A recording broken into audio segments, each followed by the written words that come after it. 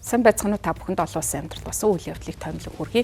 Япон улс анхны эмэгтэй ерөнхий сайтай болох зам нь засагдсан байна. За тус улсын либерал ардчсан нам Японы инновацийн намтай эвсэг болсон. За ингэснээр Саная Такачи анхны Японы ерөнхий сайд эмэгтэйгээр тодрох боломжтой болж байгаа юм байна. Хоёр намын удирдлагууд даваа гарагийн орой Токио хотод уулзсан байна. Ингээд эвслийн гэрээнд гар үсэг зурхаар тохиролцсон байна. За хоёр тал зөвшөөрлөлт хүрэхээр даваа гарагийг тоглосон. Японы инновацийн намын дарга Осака мужийн захирагч Хиромопи Йошимура даваа гарагийн өглөө Такаичитэй уцаар яриад намын эрх баригч болох либерал ардсан намтай эвсгээр шийдсэн гэдгээ мөн мэдгдсэн байна. За энэ тухайга Осака хотод мөн сэтгүүлчдэд мэдгдсэн. За Йошимурагийн хэлснээр би түүнд Япон улсыг хамтдаа урагшлуулын эрх баригч болон засгийн газрын танхим засаг захиргааг бүрдүүлэх учраас бид асар их үүрэг хариуцлагыг хүлээх болно гэж мэдгдсэн. За дараа нь бол Японы инновацийн намын дарга X платформ дээр олон нийтэд хандаж пост оруулсан байна. За тэрээр мэдэгдэхдээ эрх баригч блокийн нэг хэсэг болох нь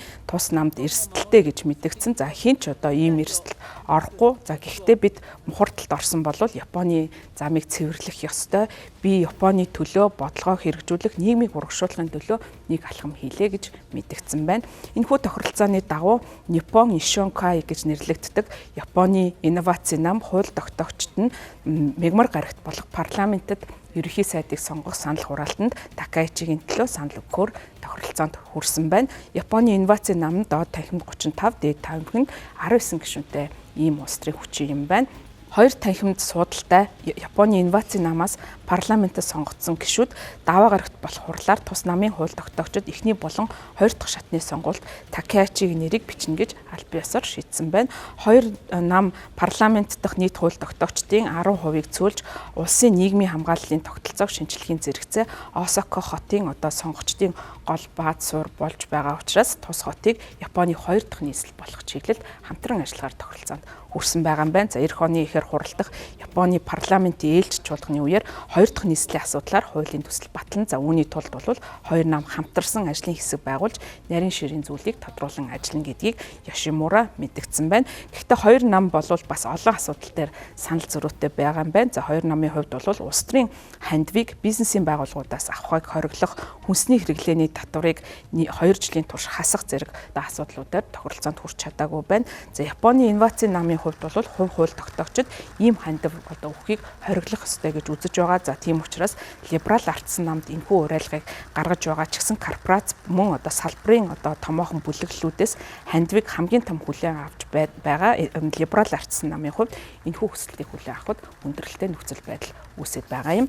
За мөн либерал ардсан нам хэрэглээний татварыг бууруулахаас татгалзаж байгаа. За ингэснээр татварын орлогын ихэнх хэсгийг төлрүүлдэг тэтгэврийн сан, эмнэлгийн тусламж зэрэг нийгмийн халамжийн үйлчилгээний орлого буурах боломжтой гэж үзэж байгаа учраас энэ чиглэлд Японы инновацийн намтай хамтран ажиллах боломжгүй гэдгийг илэрхийлсэн. За Японы инновацийн намын парламентийн гишүүн Фумита Фужита сэтгүүлчид хэлэхдээ либерал ардсан нам болон Японы инновацийн намын хооронд байгуулсан бодлогын гэрээнд Такаичигийн бүрэн эрхийн хугацаа 2027 оны 9-р сард дуусах хүртэл улс төрийн хандив асуудлыг шийдэж уг асуудлаар хилцүүлэг хийх ажлын хэсэг байгуулна гэдгийг зарласан байна. За хэрэглээний татварыг бууруулах талаар яриа хэлцээг мөн үргэлжлүүлнэ. За энэ чиглэлд бол ажлын хэсгийг тусдаа байгуулж ажиллана гэдгийг мөн мэдгдсэн. За Японы инновацийн намын хууль тогтоогчид либерал ардсан намтай эвсэл байгуулахыг сайшаа хүлээн авсан гэдгийг парламентийн гишүүн Фужита бас мэдгдсэн байна. Шинээр сонгогдох ерөнхий сайд Такаичигийн хувьд Японы инновацийн намд хэд хэдэн сайдын суудлыг санал болгож байгаа нь эвсдийн төлөөх амлалтааг үнзгээрүүлэх алхам гэж үзэж байгаа. За гэвч бол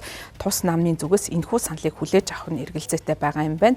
За Японы инновацийн нам засгийн газрын албан тушаалыг хүлээн авах хэсэг талаар тайлбар өгөхөөс парламентийн гишүүн Фужита татгалцсан бол намын дарга Нобуюки болвол сэтгүүлчид хэлэхдээ бям гарагийн хуралд оролцсон хэн ч гэсэн Такаичигийн засгийн газарт албан тушаал томилох талаар дэмжсэн мэдээлэл гаргаагүй гэж хэлсэн. За даваа гарагт либерал ардсан намын парламентын асуудал эрхэлсэн дарга Хироиши Кажияма өөрийн намын гишүүн болох Такаши Индо нартай 30 орчим минут бол уулзаж ойрын саруудад хамтын ажиллагаагаа сайжруулахаар тохиролцсон байна. За Такаичи хэрвээ ерөнхий сайд болох юм бол түүний ахлах зөвлөгөөр нь мөн Японы инновацийн намын эвслийн гол төлөвлөж байгаа эндээ бол зөвлөх болох боломжтой гэж харж байна. За ямар ч тач бол Японы улс төрт болсон одоо гацаатай байдал бол арилж байгаа юм байна. За үүнтэй холбоотойгоор зах зээл дээр бас сэргэлтүүд ажиглаж байгаа гаргаж байгаа. За Японы хөрөнгийн зах зээл дээр шинэ ерөнхий сайдын гэрээ, за эвслийн гэрээ байгуулахтай холбоотойгоор бол эдийн засгийн болон одоо биржийн үзүүлэлтүүд